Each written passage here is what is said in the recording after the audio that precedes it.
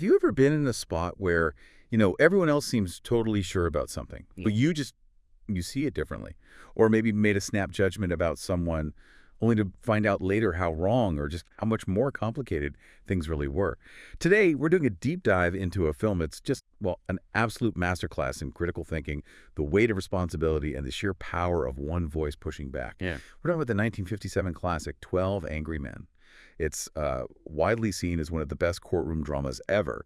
And even though it's almost 70 years old and set entirely in one room, its insights feel incredibly relevant, like right now. Absolutely. And that's our mission here, really, to explore 12 Angry Men, not just because it's a classic, but because it's this amazing piece of storytelling packed with suspense and a real social conscience. What's so remarkable is how it takes these huge ideas about society, bias, democracy, and distills them down into this single, hot, stuffy jury room. It ends up being this profound lesson in, humanity. And it holds up a mirror that can be pretty uncomfortable to look into. That's a great way to put it, an uncomfortable mirror. Because the basic setup seems simple, right? Yeah. A teenage kid's on trial for murder. 12 jurors decide his fate. But the tension hits you immediately. That first vote, 11 guys vote guilty straight away, leaving just one, Henry Fonda, as juror number 8, as the lone dissenter.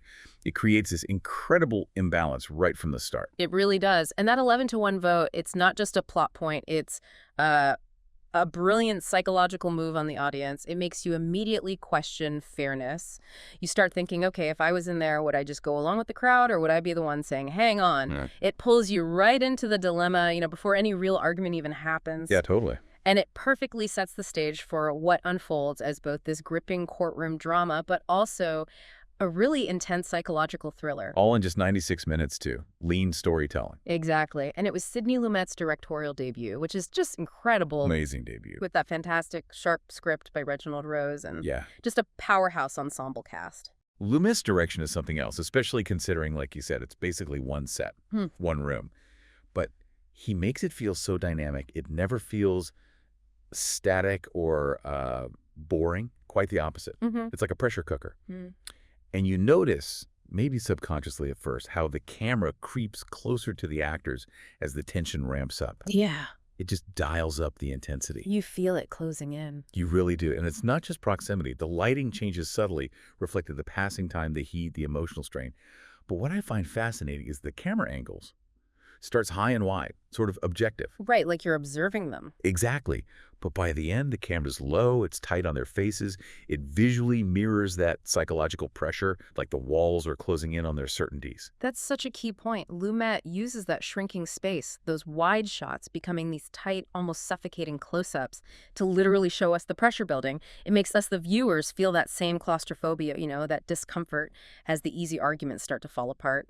And connecting that to the bigger picture, Reginald Rose's script is just razor sharp. It meshes perfectly with Lumet's direction. There's absolutely zero fat on this screenplay. Every line, every word, it either pushes the story forward or tells you something crucial about a character. Nothing's wasted. Nothing. And the arguments, they feel so real. Messy, emotional, human. Not like perfect legal arguments. No. Not at all. And beneath the surface, the film is constantly poking at mob mentality, at unconscious bias, at flaws in the justice system itself, all without ever leaving the room. Which raises the question, how does it maintain such incredible pacing in that confined space? It builds so steadily, but every moment feels urgent. It does, doesn't it? It builds and builds, and it makes you feel like you're part of it, like you're trying to figure out the case yourself. You absolutely feel involved. And you mentioned the characters. This is where it gets really, really interesting, I think, because it's not just that they're diverse. Each juror feels like a small window onto a bigger part of society or bigger issue. A microcosm, really. Exactly. You've got professionals, blue-collar guys, immigrants. You've got the angry bigot, the guy who just doesn't care. All human life is there. Pretty much. Yeah. And Henry Fonda, juror 8, he's that calm center, the voice of reason, logic, empathy, really championing reasonable doubt. And then opposite him, Lee J. Cobb as juror 3. Wow, just this powerhouse performance. Oh, incredible. A bitter, angry man whose own personal pain is just blinding him. It's so clear. It is, and that's what's so brilliant. These characters aren't just archetypes, though they represent slices of society. They let the film dig into how racism, classism, personal history, trauma, How all that stuff can just cloud your judgment, sometimes dangerously so. Yeah. The whole ensemble is gripping. Every actor makes their juror memorable, even the ones who don't say much. You see this whole spectrum of human reactions and failings on display. You really see how easily personal baggage can just get in the way of justice. So, okay, let's pull back. What does this all mean? What are the big takeaways, especially for us now? There are these core themes that just leap out. First, obviously, is justice versus prejudice. Mm-hmm. The film is unflinching in showing how bias, racism, classism, personal grudges can warp someone's view of the truth. Yeah, it doesn't shy away from that at all. But it also offers hope, doesn't it? Yeah. Through the theme of the power of one, it celebrates that courage of a single person saying, wait a minute. But it's more than just being stubborn. Right. It's not just dissent for dissent's sake. No, it's about patient, logical thinking. It's about empathy. It shows how one thoughtful voice can actually start to dismantle that groupthink. That's a really important distinction. It's thoughtful dissent, not just contrarianism. Exactly. And that ties into the third big theme, civic duty. Yeah, the responsibility. The moral weight of being on a jury, sure, but also just the broader importance of critical thinking in any democratic society. The film kind of argues that real civic duty involves the uncomfortable work of questioning others, questioning the evidence. And questioning yourself. Your own biases. Absolutely. Right. Which can be the hardest part.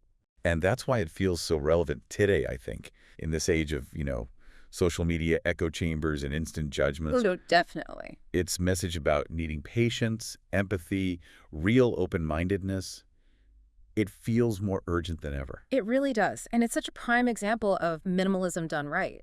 It proves you don't need huge budgets or special effects for a powerful story. Just give me strong writing, great direction, phenomenal acting. That's enough. It's more than enough here. And that social commentary on systemic bias we mentioned, it's subtle, but it lands. It feels like it could have been written yesterday in some ways. It really could. When you think about it, what aspect of human nature or maybe societal bias in the film strikes you as the most vivid even now? Is there one bit that really sticks with you? That's a tough one. There's so much.